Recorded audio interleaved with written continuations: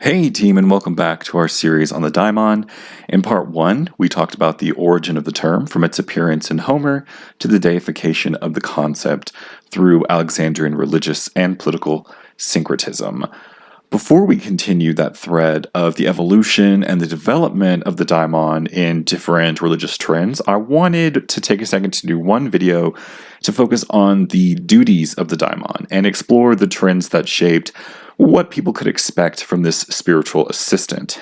You're probably wondering why I'm in bed in this video. Well, first, because it's kind of cozy. I could get used to this, and we might get a cuddly cat friend besides my stand-in here, but also because this is the only setting where most people will encounter their daimon in some form. Those who do not take it upon themselves to intentionally interact with their spiritual guide will often get passive information from that guide in their dreams. Historically, the association between daimon and dreams is very strong. Returning to our poet Homer, he describes the dreams of several characters in his poems, and they usually bring significant information or serve as a kind of symbolic outlet for a feeling a character is going through.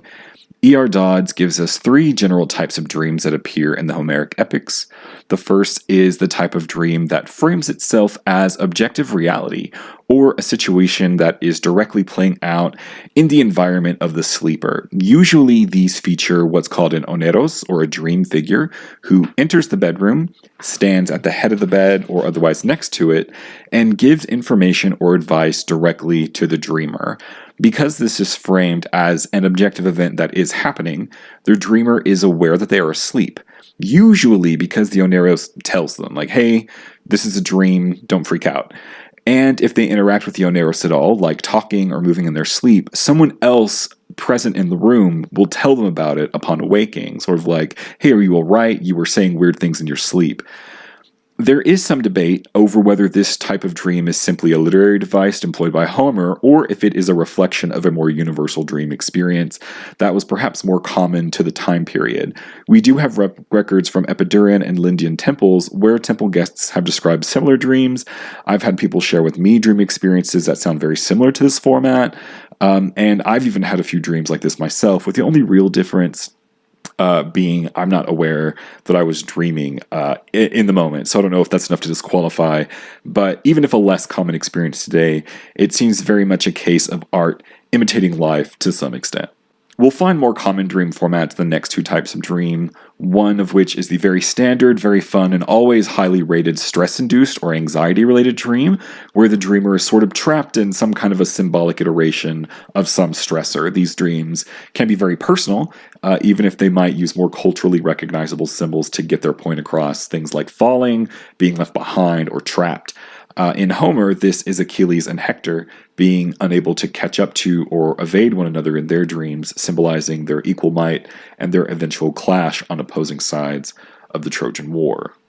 The final dream is the symbolic dream. This is, in my opinion, the broadest category of dream, and I think it would obviously exclude dream figure types of dreams, but could, very easily also encapsulate the common dream tropes like wish fulfillment and even the stress-induced dreams that we talked about just a second ago. Here, the symbolism of the dream carries deep meaning for a situation or some kind of predicament that the dreamer is involved in. It involves heavy use of metaphor, and this is really the key point, must thereby be interpreted. We can't take it on face value. There is no oneros to give the dreamer a direct download of meaning. It's not framed as an objective event that is happening to the dreamer or in their environment. What makes a symbolic dream its own type of dream is how nonsensical or unrealistic the events occurring in the dream are, even if it makes sense in the moment as sort of dream logic.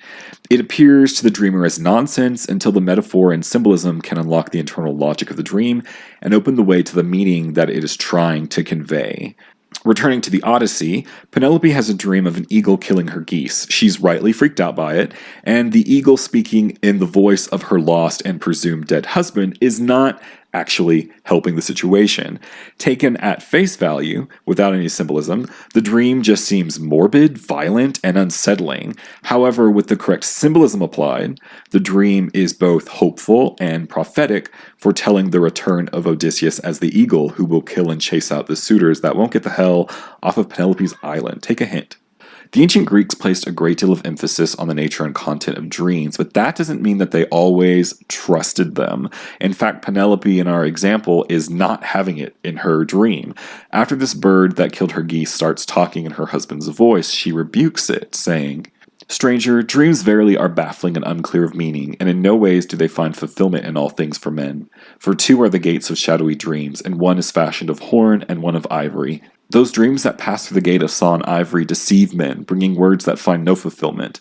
But those that come forth through the gate of polished horn bring true issues to pass, when any mortal sees them. But in my case, it was not from thence, methinks, that my strange dream came." This establishes a very common motif or metaphor that lasts well into the medieval and Renaissance periods, the gates of horn and ivory.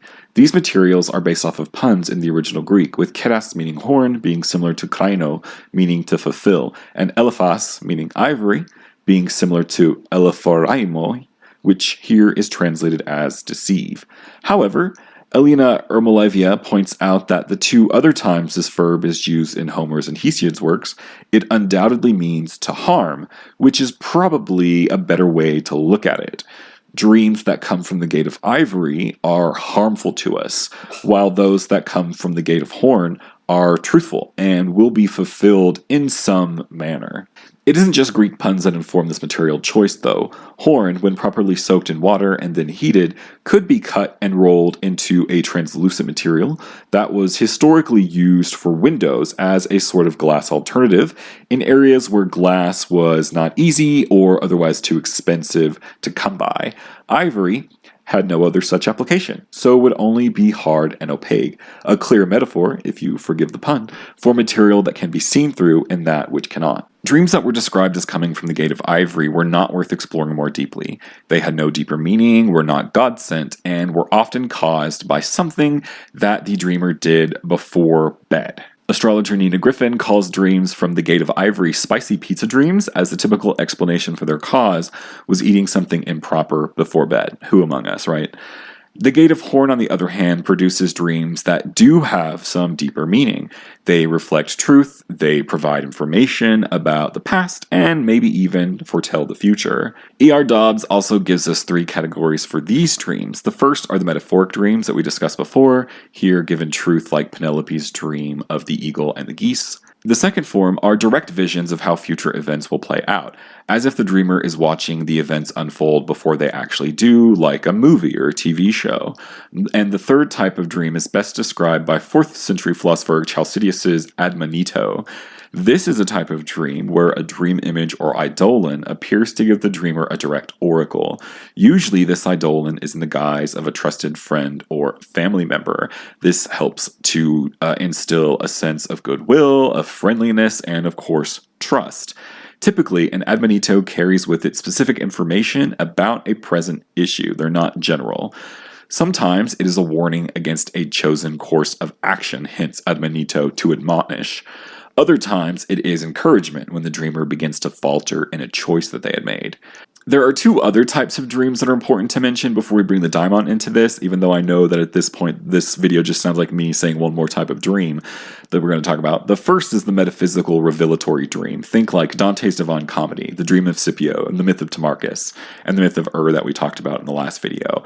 Obviously, Dante's Divine Comedy is a more recent, relatively, and completely fictional story, but it's clearly taking cues and borrowing tropes that are established in those other examples that I mentioned. In these stories, a dreamer is sort of snatched up by something and giving a behind-the-scenes tour of the way things are. Typically, this is a look into the afterlife or maybe the before life. Scipio observes the descent of the soul through the planetary spheres. Dante, of course, famously tours hell, purgatory, and heaven. Timarchus observes the reincarnation of souls and potential for Daimon to ascend in some interpretations. And we talked about what Ur saw in the last video, so we're not going to go back over that. The final dream type we'll talk about is the incubation. This is usually a ritualistic method by which a dreamer prepares themselves in a specific way in order to be open to a dream where a spiritual entity visits them. Incubation is usually achieved via meditation, sleeping on or near a holy relic, or in a sacred space, ritual purification, or several other means, or combinations of those means. Take a combo meal. The most common example of this in the ancient world, the more famous example that we have today, is the dream incubations that occurred in the habitants of Asclepius. The injured, ill, and infirm would travel to Asclepius' sacred sites and temples, seeking medical attention. Sometimes this was something the temple residents and the workers there could provide, but those suffering under maybe more complex, mysterious, or serious illnesses would be hoping for a sign from the god himself. Healing through direct divine intervention would be preferred, but many would settle for a visit from the god in their dreams to diagnose or provide treatment options that eluded mortal doctors. We're in the we'll take what we can get stage at this point. An important note here is that dreams that come through the gate of horn are not by definition divine. They can be, but they're not always. They are only true or meaningful dreams, though we expect some of the more fantastical dreams to be supernaturally powered or the divine to have a hand in them. There are mundane types of dreams that can also be from the gate of horn, just kind of like an important thing to lay out. Similar to our dream incubations for health advice, there is an entire category of dreams that involves using dream symbolism to diagnose health conditions. So the idea is that as the day-to-day thoughts and distractions melt away from our mind in sleep, our unconscious mind has an easier time kind of scanning, assessing, and checking in with the body. The unconscious mind then tries basically to pass on the information to the conscious mind via dream symbolism. Like, hey, I just finished scanning your system. This is what I found out. Take the hint. Famed 2nd century physician Galen makes several references to the dreams of patients or attending physicians in his surviving works. Susan Mattern, in her The Prince of Medicine, summarizes this a bit for us, and we'll see a combination of the divinely inspired dream, the medical diagnostic dream, and some more examples in what she provides in this passage. When a patient, a 60-year-old man, suffered from a tongue so badly swollen that it did not fit in his mouth, Galen and another physician disagreed on the remedy until the other doctor had, quote, a very vivid dream in the night and assented to my advice, end quote. Galen washed out the patient's mouth with lettuce juice, and he was cured. At Alexandria, Galen watched the sick plaster themselves in mud, quote, many spontaneously and using their own judgment, and many who had been advised by dreams, end quote. He makes this observation without apparent comment or criticism. He also believed in the healing power of the god Asclepius, who often worked through dreams, and relates examples of this. A Thracian suffered from elephantitis, went to Pergamum on the advice of a dream, whereupon the god there, certainly Galen means Asclepius, advised him in another dream to cure his condition with medicine made from viper flesh. Another worshipper of Asclepius at Pergamum dreamed that he might relieve a chronic pain in the side by arteriotomy of the hand, a case Galen considers similar to the chronic illness of his own youth, also cured by a dream. Following Hippocrates and other predecessors, Galen recognized several sources of dreams, including some that might make sense to modern readers. A dream could reflect an imbalance of the humors, and a wrestler suffering from an excess of blood, for example, dreamed of standing in a cistern of blood. Today, we would find that horrifying. Snow or ice would represent the cold, wet humor of phlegm, and so on. Thus, it was important to pay attention to the dreams of patients, though they might not always be interpreted correctly, as is the case of a man who dreamed his leg had turned to wood. Galen and the others treating him assumed that this symbolized something to do with slaves, an interpretation attested independently in an ancient dream book. But later, the leg became paralyzed, so sometimes it's, just quite simple. But although some dreams arose from physiological imbalances, Galen also attributed a divine prophetic power of the soul, which could be the source of dreams, and clearly believed that some dreams were direct messages from a god. Galen is an important source here. His systemization of the Hippocratic tradition influenced medical practice for millennia, until the correction and discovery of the circulation of the blood and the discovery of microbes in the 19th century. What was being practiced was Galenic medicine, or Galen's interpretation of Hippocrates. This is, of course, not counting the Paracelsian revolt. We're not going to talk on that here. That dream interpretation was so significant, or such a trusted method of diagnostic, is attested in medical literature. 17th century astrologer Nicholas Culpeper describes the types of dream symbols that individuals suffering from an overabundance of a specific humor might see in his astrological judgment of diseases from the discomfiture of the sick. Cholerics dream of fire, fighting, and anger, of lightning and dreadful apparitions of the air. The melancholics dream of fearful things, terrible visions, and darkness. Sanguines dream of red things, of pleasant conceits, and the phlegmatics dream of water. I always feel like phlegmatics get like the short end of the stick in any descriptions. These and other humoral dream symbols would be well known not just to the medical community, but also described in dream interpretation handbooks common in the period. Usually, bringing our star into the show, it is the daimon who are seen as the agents behind dreams that come from the Gate of Horn. They're the ones who take on the form of the eidolon dream image or the oneros dream figure in order to speak to us. This is not always the case. Sometimes the deity themselves may appear to us in their dreams, though this is often explained as a daimon taking on the image of the deity as they sort of pass on the message to us from that more divine source. This fits, of course, with the daimon in their role as intermediaries between humans and the divine. The divine's got other things to do, but he can send his secretary to us to pass on a message. The Epidaurian temple records are filled with stories of the god Asclepius or his attending daimon coming to temple visitors in dreams and healing them. I wanted to share some of my favorites, of course. First is number 17, very normal. A man had his toe healed by a serpent. He, suffering dreadfully from a malignant sore in his toe during the daytime, was taken outside by the servants of the sanctuary and set upon a seat. When sleep came upon him, then a snake issued from the abaton and healed the toe with its tongue, and thereafter went back again to the abaton. When the patient woke up and was healed, he said that he had seen a vision, and it seemed to him that a youth with a beautiful appearance had put a drug upon his toe. Interestingly, these dream visions are not always about healing, as we see in number 24. Aristocritus, a boy of Halius, is under a rock. He, after having dived and swum away into the sea, came then to a dry hiding place which was surrounded by rocks, and he could not find any way out. Thereafter, his father, since he did not find him anywhere on his search, came to Asclepius and slept in the abaton on behalf of his son, and saw a dream. It seemed to him that the god led him to a certain place and showed him that there was his son. When he came out of the abaton and quarried through the cliffs, he found his son after 7 days. Special shout out to number 14, a man with a stone in his membrum. He saw a dream. It seemed to him that he was lying with a fair boy, and when he had a seminal discharge, he ejected the stone and picked it up and walked out holding it in his hands. Because, who among us hasn't? Who among us has not had that experience? Daimons serve as the guide for many of those metaphysical revelatory dreams as well. For Dante and Scipio, the guides are shades of the deceased. Scipio is guided by his deceased grandfather, and Dante is accompanied by the poet Virgil, at least for the first couple parts. This may be a reference to some of the earliest forms of dream incubation, which was a bit more, we're going to say, necromantic in its practices. In order to achieve information from deceased loved ones, incubators would prepare themselves and sleep near chthonic portals like chasms and near graveyards. As the daimon became a more fleshed out spiritual entity, this role shifted over to them, and incubations became less, we're going to say, creepy, became less associated with the dead. The myths of and Timarchus have their viewpoint characters led by Daimon, though they are mainly unseen. As the daimon worked to shepherd its human partner down the correct path, it may reach out in dreams to inform, to admonish, and to encourage. This is not always the case, as those with a strong personal connection with their daimon can be informed while awake. We saw that with Socrates, who did not need to be asleep to hear his daimon's voice.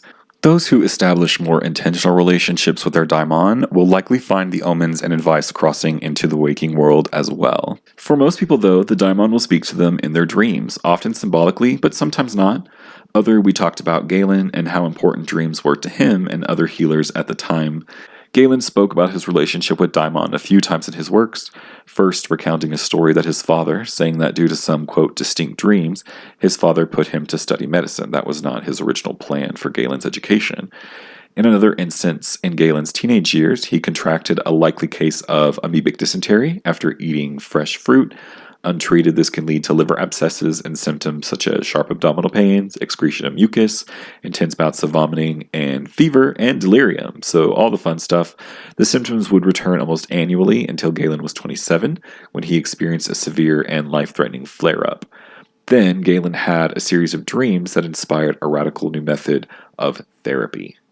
Quote, exhorted by certain dreams, of which 2 came to me distinctly, I went to the artery in the middle between the forefinger and the middle finger of the right hand, and allowed the blood to flow until it stopped by itself. Not a whole pound flowed out. Immediately, a chronic pain ceased, which was fixed mainly to the part where the liver meets the diaphragm. Now, venesection, the cutting of veins, was a very ancient healing method of bloodletting. What makes this particular instance unique is that it's an artery, not a vein that Galen cuts. Galen accredits this, as well as refraining from fresh fruits, with curing his ailment he struggled with for nearly a decade and probably nearly killed him several times.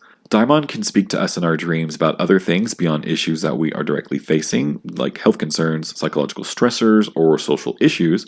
They can also reach out to guide us to completing certain tasks, like we saw with Galen's father, having a dream to put Galen into medicine. Later in life, Galen would have his own experience with this while writing. In a famous passage from Book 10 of On the Usefulness of Parts, which describes the eye, Galen expounds certain geometric arguments on optics in obedience to a dream. He had been inclined to leave this passage out for fear of boring or offending his audience. Galen states many times his belief that the dream came from a divinity, which he calls here a daimon. This is a pretty common experience, as anyone who has felt called to a certain action will understand. As I mentioned in our previous video, the daimon are associated with monitions. They come to us in moments to provide insight and wisdom, to give ideas and facilitate those eureka moments, that internal stirring feeling of emboldening that accompanies thoughts of, this is a good idea, or I want to do this, come to us as reassurance from our daimon that this is something that we ought to pursue.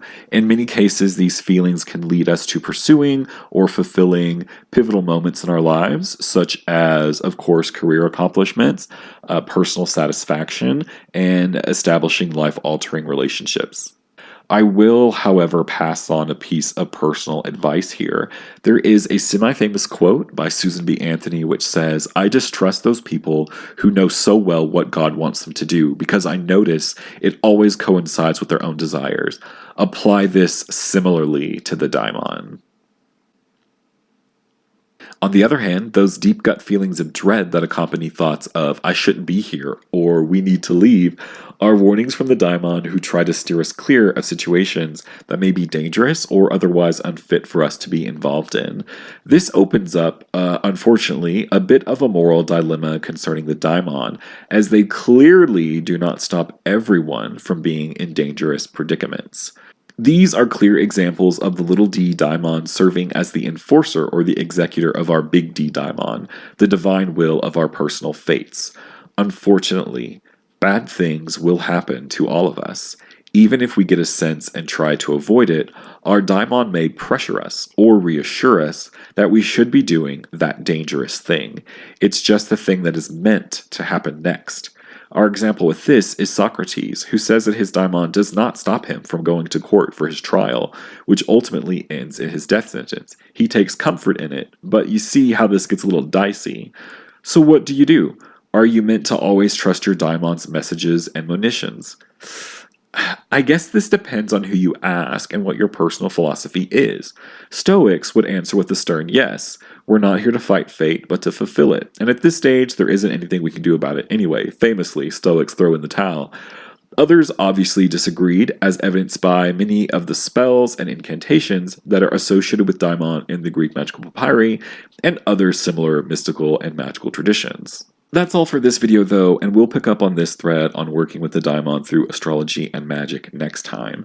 Meanwhile, the next time you have a dream that feels a little too real or a little too relevant, ask yourself, is this my daimon trying to tell me something, or is there more of gravy than of grave about this, whatever it is?